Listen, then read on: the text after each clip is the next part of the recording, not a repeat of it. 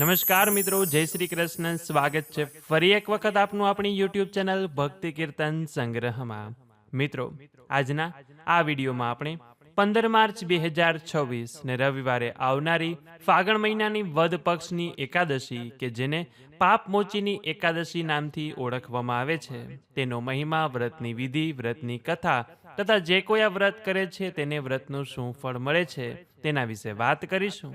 તો અંત સુધી મારી સાથે જોડાયેલા રહેજો, એકાદશીનો સત્સંગ કરજો અને જે લોકો એકાદશી વ્રત ન કરતા હોય તે લોકોને આ વિડીયો ખાસ મોકલજો કે જેથી કરીને તે લોકો આ વ્રતનું મહાત્મ્ય જાણીને એકાદશીનું વ્રત કરે.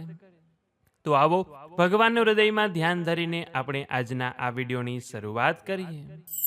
મંગલમ ભગવાન વિષ્ણુ મંગલમ ગરુડધ્વજ મંગલમ પુંડરીકાક્ષ મંગલાય તનોહરી. મિત્રો, આપણા હિન્દુ ધર્મમાં એકાદશી એટલે કે હિન્દુ પંચાંગના કેલેન્ડર અનુસાર 11મી તિથિ એ અત્યંત મહત્વની માનવામાં આવી છે. આ પવિત્ર દિવસે વ્રત રાખવાથી આપણી દરેક ઈચ્છાઓ પૂર્ણ થાય છે તથા જાણતા અજાણતા થયેલા પાપોમાંથી પણ મુક્તિ મળે છે. અને એકાદશીનું નામ જ એવું છે, પાપ મોચીની, એટલે કે પાપોને નાશ કરનાર એકાદશી. એટલે કે આપણે જે જાણી જોઈને પાપ કર્યા હોય તેનો નાશ નથી કરતી, તેનું ફળ તો ભોગવવું જ પડે છે, પરંતુ આપણી અંદર રહેલી પાપ વૃત્તિને નાશ કરનાર એકાદશી એટલે કે પાપ મોચીની એકાદશી. એટલે જે વ્યક્તિ આ વ્રત કરે છે તેનામાં રહેલી પાપ વૃત્તિનો નાશ થાય છે, તેને સુખ, શાંતિ અને સમૃદ્ધિની પ્રાપ્તિ થાય છે. અને એકાદશી માતાએ સ્વયં ભગવાનનું રક્ષણ કર્યું હતું, તેથી પ્રભુએ તેને વરદાન આપ્યું હતું કે જે કોઈ આ દિવસે શ્રદ્ધા ભાવપૂર્વક વ્રત કરશે તેના પર ભગવાનની અમી દ્રષ્ટિ સદાય રહેશે. અને ભગવાન વિષ્ણુને દરેક તિથિઓમાંથી એકાદશીની તિથિ સૌથી પ્રિય છે. એટલા માટે ભગવાન શ્રી વિષ્ણુને દરેક તિથિઓમાંથી સૌથી વધુ પ્રિય તિથિ એકાદશીની તિથિ છે. શાસ્ત્રોમાં આ એકાદશીને વ્રતોનો રાજા તરીકે પણ ઓળખવામાં આવે છે અને ભગવાન શ્રી કૃષ્ણએ પણ દરેક વ્રતમાં સૌથી ઉત્તમ વ્રત એકાદશીને જ ગણાવ્યું છે. કેમ કે આ એકાદશીનું વ્રત કરવાથી આપણને ભૌતિક સુખો તો મળે જ છે, પરંતુ મૃત્યુ બાદ ભગવાનનું ધામ મળે છે, મોક્ષ મળે છે, વૈકુંઠ ધામની પ્રાપ્તિ થાય છે. તો હવે જે કોઈ એકાદશીનું વ્રત કરે છે અથવા તો કોઈ કારણોસર નથી કરી શકતા તે લોકો એકાદશી પર ભગવાનનું પૂજન તો કરી જ શકે છે, કે જેના માટે ભગવાનનું મંદિરમાં પણ પૂજન કરી શકાય અને અલગ બાજોટ ઉપર સ્થાપના કરીને પણ પૂજન કરી શકાય, કે જેમાં લડ્ડુ ગોપાલ હોય, ભગવાન શ્રીરામ હોય, લક્ષ્મીનારાયણની મૂર્તિ હોય કે પછી સ્વામિનારાયણ ભગવાન હોય, આપણે તેમનું આજના દિવસે પૂજન કરી શકીએ છીએ. ખાસ કરીને પૂર્વાભિમુખ બેસવું અને જમણા હાથમાં જળ લઈને સૌપ્રથમ આ વ્રતનો સંકલ્પ કરવાનો કે આજના દિવસે પ્રભુ, હું શ્રદ્ધા અને નિયમપૂર્વક એકાદશી વ્રતને ધારણ કરું છું. આજે જો આપ ફરાળ લઈને કરવાના હોય તો તે રીતે સંકલ્પ કરવાનો, ફળાહાર લઈને વ્રત કરવાના હોય તો તે રીતે સંકલ્પ કરવાનો. એટલે કે ટૂંકમાં કહીએ કે આજના દિવસે આપ જે રીતે વ્રત કરવાના હોય તે રીતે બોલવાનું. અને પછી આવતીકાલે બારસના દિવસે શુભ મુહૂર્તમાં હું વ્રતના પારણા કરીશ, તમે મને વ્રત કરવાની શક્તિ આપજો. આટલું બોલીને તે જળ ભગવાનના ચરણોમાં અર્પણ કરી દેવાનું. એ પછી ભગવાનનું વિધિવત પૂજન અર્ચન કરવામાં આવે છે, કે જેમાં મૂર્તિ હોય તો તેને પંચામૃત કે શુદ્ધ જળથી સ્નાન કરાવવું જોઈએ અને પછી સુંદર વસ્ત્રો પહેરાવી તુલસીપત્ર, પીળા ફૂલ, ધૂપ દીપથી પૂજન કરવું જોઈએ. અને જો ફોટો હોય તો તેને સ્વચ્છ કરીને હાર પહેરાવીને ભગવાનના ચરણોમાં ફોટા પાસે તુલસીપત્ર મૂકવાના, પીળા ફૂલ મૂકવાના તથા ભગવાનને આજે આપણે જે કાંઈ પ્રસાદ ધરાવીએ, ભોગ ધરાવીએ તેમાં પણ 2-3 પાન તુલસીજીના અવશ્ય મૂકવાના. અને બારસના દિવસે જ્યારે આપણે વ્રતના પારણા કરીએ છીએ ત્યારે તે તુલસીપત્ર અચૂકપણે લેવા જોઈએ. ભગવાનના ચરણોમાં જે ધરાવ્યા હોય તે પણ લેવા જોઈએ, કે જે ભગવાનના સાક્ષાત ચરણામૃત સમાન ગણાય છે. કહેવાય છે કે એકાદશી વ્રતના પારણા કરતી વખતે બ્રાહ્મણોને ભોજન કરાવી શકાય અથવા તો સીધું આપી શકાય છે, પશુ પક્ષીને ખવડાવી શકાય, ગરીબ જરૂરિયાતમંદ લોકોને દાન પૂન કરી શકાય, તુલસી માતા પાસે પણ દીપદાન કરી શકાય છે, પીપળાના વૃક્ષનું પણ પૂજન કરી શકાય છે કે જેમાં પિતૃનો વાસ છે, ત્રિદેવનો વાસ રહેલો છે. અને જો આપણે આપણા એકાદશી વ્રતને આપણા પિતૃને અર્પણ કરીએ છીએ કે હાલમાં કોઈ મૃત્યુ પામ્યું હોય અને તેને આ વ્રતનું પુણ્ય અર્પણ કરીએ છીએ, તો તે એકાદશી વ્રતના પુણ્યથી આપનાર અને લેનાર બંને પવિત્ર થઈ જાય છે. આજના દિવસે દાન કરવાનું પણ મહત્વ બતાવેલું છે. આપણી કમાણીનો અમુક હિસ્સો દાનમાં આપવાથી ધનની શુદ્ધિ થાય છે અને બરકત રહે છે. ગાયને ઘાસ આપવાથી સંતોષ મળે, કૂતરાને રોટલો ખવડાવવાથી દુર્ઘટના ટળે, પક્ષીને ચણ નાખવાથી ગરીબાઈ દૂર થાય. આ ઉપરાંત પરબ કે પાણીની વ્યવસ્થા કરવાથી અનેક મુશ્કેલીમાંથી મુક્તિ મળે. વ્રતથી મનની શુદ્ધિ થાય અને દાનથી આત્માની તૃપ્તિ થાય. અને સૌથી મોટું દાન તો એ જ છે કે આપણે આજના દિવસે કોઈનું દિલ ન દુભાવીએ, નિંદા ન કરીએ અને સત્ય વાણી બોલીએ. આજના દિવસે જ્યારે પણ સમય મળે છે ત્યારે આપણે ભગવાન વિષ્ણુના, માતા લક્ષ્મીજીના પાઠ કરવા જોઈએ અથવા તો નીતિ નિયમના જે આપણે પાઠ કરતા હોય તે પણ કરી શકાય છે. શ્રી વિષ્ણુ સહસ્ત્રનામાવલી, શ્રી વિષ્ણુ 108 નામાવલી, નારાયણ કવચનો પાઠ, ભાગવતનો પાઠ, યમનાષ્ટકનો પાઠ, સુદર્શન કવચનો પાઠ કે પછી બીજા કોઈ પણ પાઠ કરી શકાય છે કે જે આપને અનુકૂળ હોય. એ સિવાય ભગવાનના મંત્રના જાપ પણ કરી શકાય. ઓમ નમો ભગવતે વાસુદેવાય, શ્રી કૃષ્ણ શરણમ મમ, ઓમ વિષ્ણવે નમઃ કે પછી આપ નિત્ય જો કોઈ મંત્રની માળા કરતા હોય તો તે પણ કરી શકાય છે. એટલે ટૂંકમાં કહેવાનું એ કે આજના દિવસે બની શકે તેટલું ભગવાનને સમય આપવો જોઈએ. આમ તો આપણે નિત્ય ભગવાનની પૂજા માટે 5 મિનિટ, 10 મિનિટ, 15 મિનિટ કે પછી અડધી કલાકનો સમય તો કાઢતા જ હોઈએ, પરંતુ નિત્ય જેટલો સમય આપતા હોય તેના કરતાં એકાદશીના દિવસે વધુ સમય આપીએ તો વધુ ઉત્તમ છે. શક્ય હોય તો કોઈ મંદિરે આજે દર્શન કરવા જવું જોઈએ.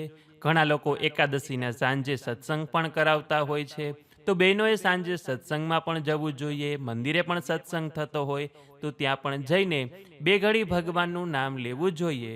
કીર્તન ભજન ન આવડે તો આપણે સાંભળીએ કે જેનાથી પણ આપણી અંદર ભગવાનનું નામ જશે. એટલે ટૂંકમાં કહીએ તો આજના દિવસનો વધુમાં વધુ સમય ભગવાનને આપીને પસાર કરવો જોઈએ અને બીજા દિવસે શુભ મુહૂર્તમાં વ્રતના પારણા કરવા જોઈએ.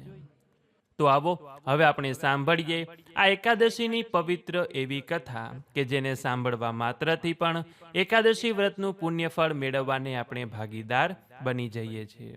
તો હવે સૌ લોકો એક ચીતે, શક્ય હોય તો હાથમાં તુલસીપત્ર, ચોખાના દાણા કે ફૂલ રાખીને મનમાં ભગવાનનું નામ સ્મરણ કરતા મારી સાથે આ પાપમોચીની એકાદશીની કથા શ્રવણ કરે. તો બોલીએ શ્રી વિષ્ણુ ભગવાન કી જય, એકાદશી માત કી જય. અથઃ ફાગણવદી પાપમોચીની એકાદશી વ્રત કથા. યુધિષ્ઠિરે પૂછ્યું કે હે કૃષ્ણ, હવે મને ફાગણવદી એકાદશીનું શું નામ છે, તેનો કેવો પ્રકાર છે, તેનાથી શું ફળ મળે, તે સઘળી કથા મારી આગળ કહો. શ્રી કૃષ્ણે કહ્યું કે હે રાજેન્દ્ર, જે પાપમોચીની એકાદશીનું વ્રત ચક્રવર્તી રાજા માંધાતાના પૂછવાથી લોમેશ ઋષિએ કહ્યું હતું તે હું તને કહું છું, તે સાંભળો. લોમેશ ઋષિ બોલ્યા કે ફાગણ માસના કૃષ્ણ પક્ષની એકાદશી પાપમોચીની નામની છે.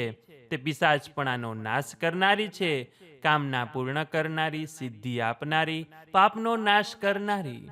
આવી એકાદશીની વિચિત્ર કથા કહું છું, તે તમે સાંભળો. ચૈત્રરથ નામનું કુબેરનું વન છે, ત્યાં અપ્સરાઓ રહેતી હતી. તે વનમાં મુનિઓ મોટું તપ કરે છે ને ઇન્દ્ર પણ દેવોની સાથે વસંત ઋતુમાં ક્રીડા કરવા જાય છે. તે વનમાં મેઘાવી નામના મુનિ શ્રેષ્ઠ તપશ્ચર્યા કરતા હતા. તેને મોહ પમાડવા માટે મંજુ દોષા અપ્સરાએ નૃત્યનો આરંભ કર્યો. તે વીણા વગાડતી મધુર રાગથી ગાવા લાગી કે જેણે પુષ્પની માળા પહેરી છે, ચંદન ચર્ચેલું છે. એવી મંજુ દોષાને ગાતી જોઈ શિવભક્ત મુનિને જીતવા માટે કામદેવ પણ તૈયાર થયો. કામવશ થયેલી અપ્સરા મુનિ સામું જોઈ ગાવા અને નાચવા લાગી, અને આમ અપ્સરાથી કામદેવે મુનિરાજને વશ કરી લીધા. મુનિરાજ શિવ તત્વને ભૂલી જઈ કામ તત્વને વશ થયા. આથી મુનિના નિયમનો જેનાથી નાશ થયેલ છે એવો કેટલોક કાળ નીકળી ગયો ત્યારે મંજુ ગોસાએ મુનિ પાસે સ્વર્ગમાં જવા માટે રજા માગી. હે મહારાજ, હવે મને સ્વર્ગમાં જવા માટેની રજા આપો. મેઘાવી મુનિએ કહ્યું કે હે સુંદર મુખવાળી, સવાર થાય ત્યાં સુધી તું મારી પાસે રહે. તેથી સાપના ડરથી અપ્સરા ત્યાં રહી, અને આમ કરતા 57 વર્ષ નીકળી ગયા અને ફરી અપ્સરાએ રજા માગી કે હે બ્રહ્મન, મને રજા આપો. મેઘાવી મુનિએ કહ્યું કે હે મંજુ ઘોષે, મારું વચન સાંભળ. હું જ્યાં સુધી સંધ્યા કરી લઉં ત્યાં સુધી તું મારી પાસે રહે. અને પછી તે અપ્સરા ભય તથા આનંદથી હસીને આશ્ચર્યથી કહેવા લાગી. અપ્સરાએ કહ્યું કે મહારાજ, આપની કેટલીય સંધ્યાઓ નીકળી ગઈ, ક્રીડા કરતા કેટલાય વર્ષો નીકળી ગયા. પછી મુનિરાજે ધ્યાન ધરીને જોયું તો અપ્સરા સાથે 57 વર્ષ નીકળી ગયા એમ તેના જાણવામાં આવ્યું. આથી વ્યાકુળ થયેલા મુનિરાજે અપ્સરાથી થયેલા તપોભંગથી તેના તરફ જોઈ, હે પાપીણી, હે દુરાચારવાળી, હે કુલટે, તું પિશાચીણી થઈ જા, એવો શાપ આપ્યો. તેથી અપ્સરાએ મુનિને પ્રસન્ન કરવા માટે નમ્રતાથી કહ્યું કે મહારાજ, કૃપા કરીને આ પાપની શાંતિ કરો. સત્પુરુષોના સંગથી શાંતિ થાય છે, ત્યારે હું તો આપની સાથે ઘણા વર્ષો રહી છું, માટે હે નાથ, કૃપા કરો. મુનિએ કહ્યું કે હે પાપીણી, તારા થકી મારું મોટું તપ નષ્ટ થયું છે. હવે સાપની શાંતિ થાય તેવો ઉપાય કહું છું, તે સાંભળ. ફાગણવદી એકાદશી સર્વ પાપનો નાશ કરનારી પાપમોચની નામની છે. તેનું વ્રત કરવાથી તારા સાપની શાંતિ થશે અને પિશાચપણું છૂટી જશે. એટલું કહી મેઘાવી મુનિ પિતા ચ્યવન ઋષિના આશ્રમમાં ગયા. તેને જોઈ પિતા બોલ્યા કે હે પુત્ર, આ તે શું કર્યું કે જેથી તારું તપ નષ્ટ થયું? મેઘાવીએ કહ્યું કે હે તાત, મેં અપ્સરાની સાથે ક્રીડા કરી મોટું પાપ કર્યું છે. હવે પ્રાયશ્ચિત કહો કે જેથી મારા પાપનો ક્ષય થાય. ચ્યવન ઋષિ બોલ્યા કે હે પુત્ર, ફાગણ માસના કૃષ્ણ પક્ષની પાપમોચની એકાદશીનું વ્રત કરવાથી ઘણા પાપોનો નાશ થાય છે. તેથી તે વ્રત તું કર. પિતાના આવા વચન સાંભળી મેઘાવીએ ઉત્તમ વ્રત કર્યું કે જેથી પાપ નષ્ટ થયું ને પવિત્ર થયા. પેલી મંજુ ઘોષા અપ્સરાએ પણ પાપમોચનીનું વ્રત કર્યું કે જેથી તેનું પિશાચપણું છૂટી ગયું અને અલૌકિક રૂપ ધરી સ્વર્ગમાં ગઈ. લોમેશ ઋષિએ કહ્યું કે રાજન, આ લોકમાં જે પાપમોચની એકાદશીનું વ્રત કરે તેના સઘળા પાપ નષ્ટ થાય છે. આ કથાનો પાઠ અથવા શ્રવણ કરવાથી 1000 ગોદાનનું પુણ્ય થાય છે. આ વ્રત કરવાથી સર્વ પાપથી રહિત થાય છે. આ પ્રમાણે ભવિષ્ય પુરાણમાં ફાગણ કૃષ્ણ પક્ષની પાપમોચની નામની એકાદશીની કથા કહેલી છે. તો બોલીએ શ્રી વિષ્ણુ ભગવાન કી જય. એકાદશી માત કી જય.